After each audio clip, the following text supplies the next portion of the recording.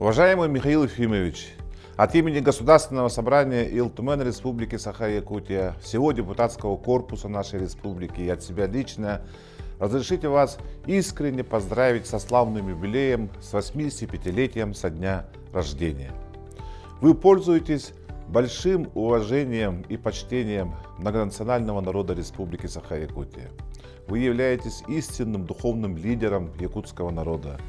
Вы являетесь первым президентом Республики Саха-Якутия, который заложил основы сегодняшней нашей республики. Можно сказать, второй республики, которая олицетворяется именно с вашим именем. Когда вы были избраны в декабре 90-го года первым президентом Республики Саха-Якутия на всенародных выборах, многонациональный народ Якутии именно вам доверил свою судьбу в переломный момент развития нашей республики и нашей страны.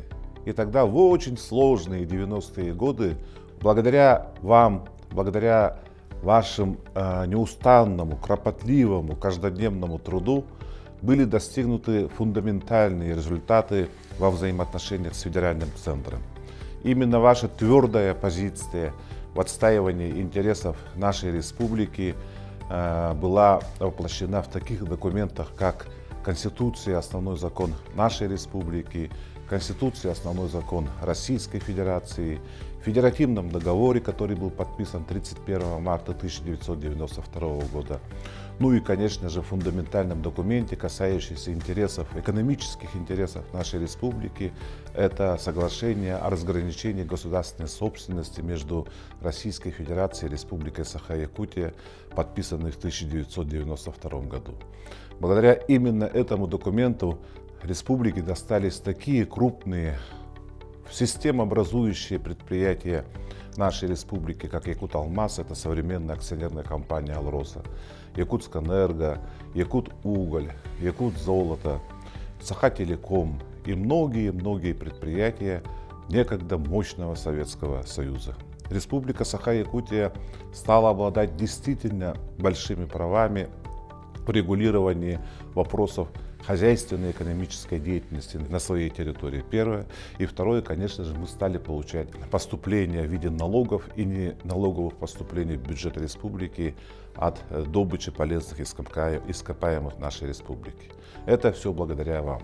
Команда, которая окружала вас, которая поддерживала вас, достигла этих результатов.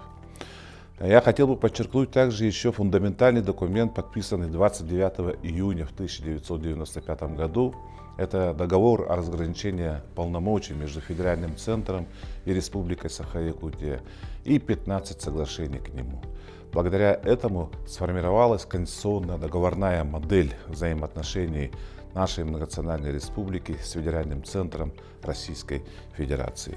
Надо сказать, что вы уделяли очень большое внимание социальной политике.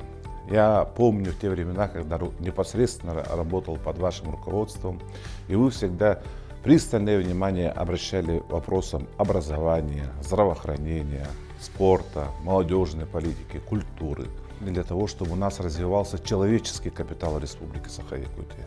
Именно молодые люди были фундаментом развития нашей республики в будущем.